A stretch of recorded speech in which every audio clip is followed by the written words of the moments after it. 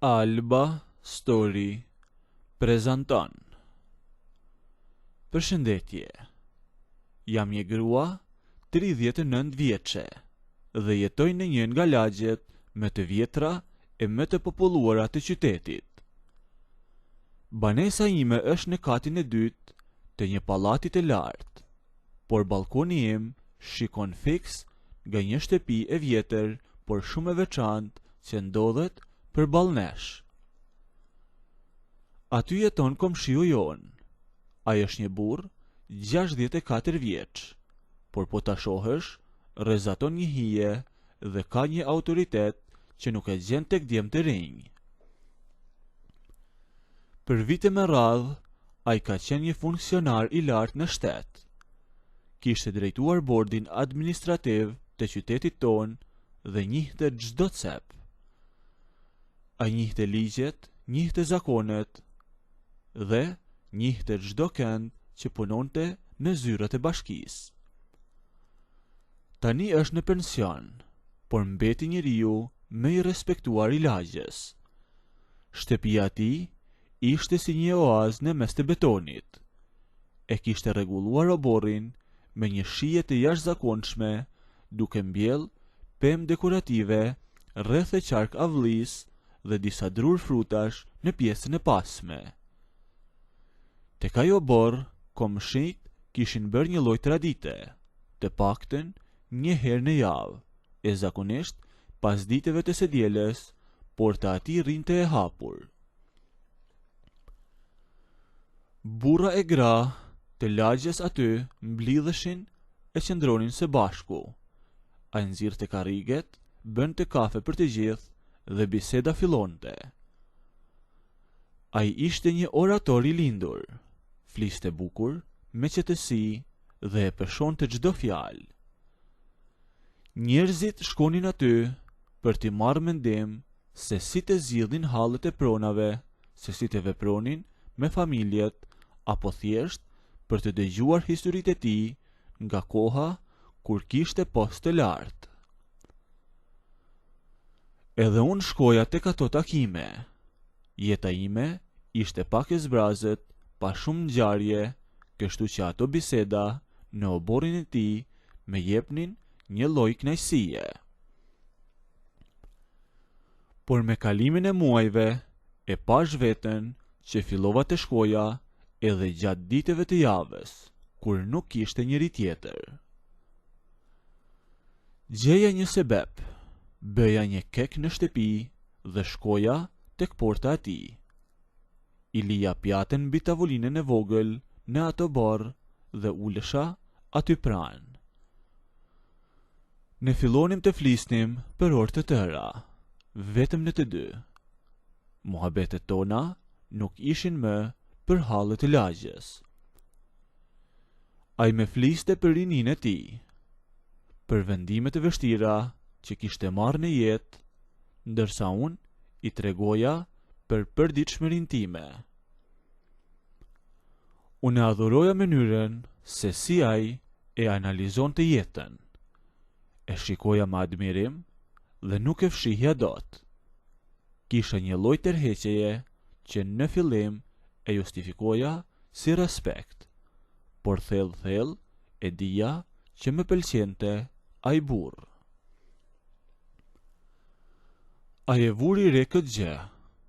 Një pasdite, kur kishim mbetur vetëm, ai po qëndronte i mbështetur te karrigja e tij e drurit. Me pa me vëmendje edhe buzëqeshi. A di përse më pëlqen kaq shumë të bisedoj me ty, me pyeti ai. I thash se di, ndoshta sepse mbaj syt hapur e të dëgjoj me vëmendje, i thash unë. Jo vetëm për atë, ma ktheu ai.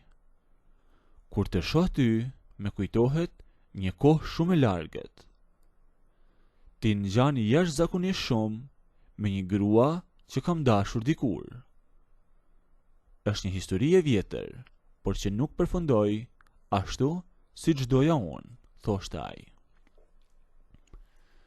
Ju keni të njëjtin portret, të njëjtën mënyrë se si i hidhni flokët pas veshit dhe këtë njëjtën mënyrë si ajo edhe kur hedh hapat. Kjo bisede ndryshoi krejtësisht drejtimin e marrëdhënies son. Unë u skuqa dhe nuk dita çfarë të thosha. Që nga ai moment, çdo bisedë që bënim kishte një nënkuptim tjetër. Respekti ra poshtë dhe filluan flirtimet. Ai më bënte komplimente të guximshme, ndërsa unë nuk mbetesha mrapa.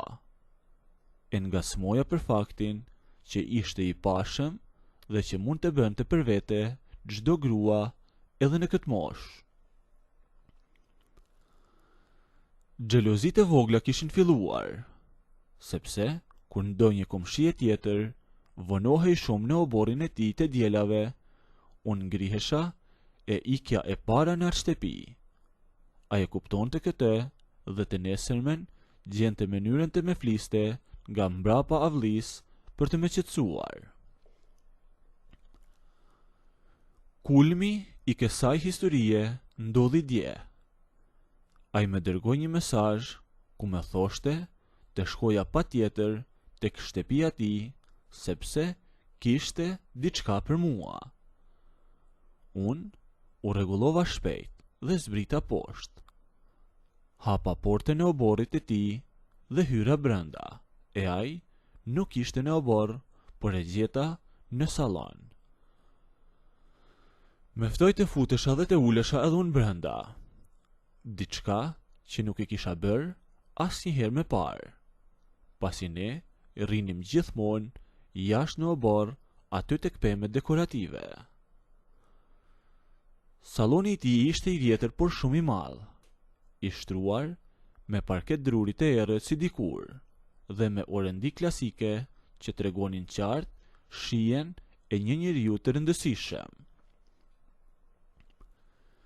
E kam lënë një kuti mbi tavolinën aty në mes, më thaj. Hape dhe shikoje.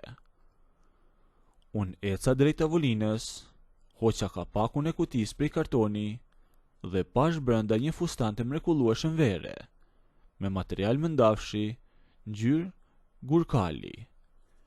E nxora dhe e shikova e habitur. Para disa ditësh, e pash në një vitrinë në qendër, më thaj. Nuk dorova dot pa e bler. Është pothuajse identik me atë që i kisha bler asaj gruas dikur. Dua të shoh si të rri ty. Shko tek dhoma e miqve aty djathtas dhe vishe e provoje, më thaj.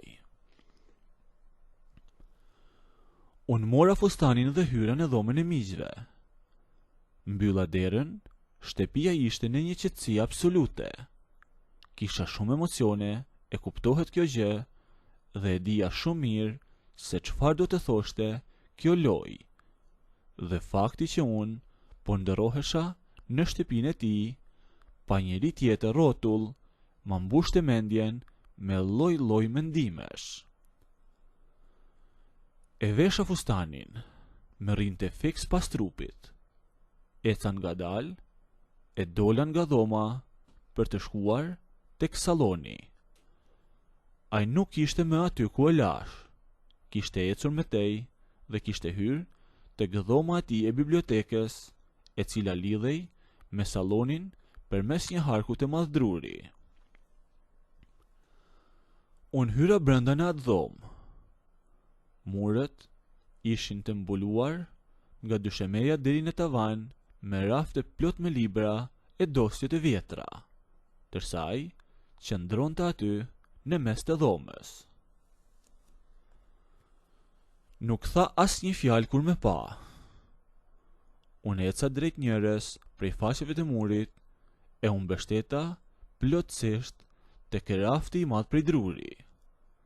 Qëndrova aty pa lëvizur asnjë hap. Ai eci ngadalë drejt meje, doli përpara dhe u ndal aty. U mbështet mbi atë raft edhe ai, dhe i kishte venduar të anash, si kur donte të mos me linte të shkoja. Qëndroj aty duke me mbajtur të rrethuar mes krahëve të tij, e pa me prekur. Ndërsa unë, ngrita të dyja duart, e kapa fort për jakësh dhe unë ngrita lehtë në majat i gishtave, e pastaj, duke ja hedhur duart pas qafës, fillova që të puthja komshiun tim. Aty brenda asaj dhome plot me libra të vjetër, historia i natit dhe e xhelozisë son u zgjedh duke u puthur gjëre gjatë dhe në fshehtësi të plot. Duke u puthur, filluam të hidhim libra edhe nga rafti. Ndërsa, unë ula me gjonjë mbi një karrige, ndërsa ti i thashte me vinte pranë. Nëse doni të ndëgjoni historinë deri në fund, bëjeni videon like, a nëse nuk doni, abonohuni ose bëjeni subscribe.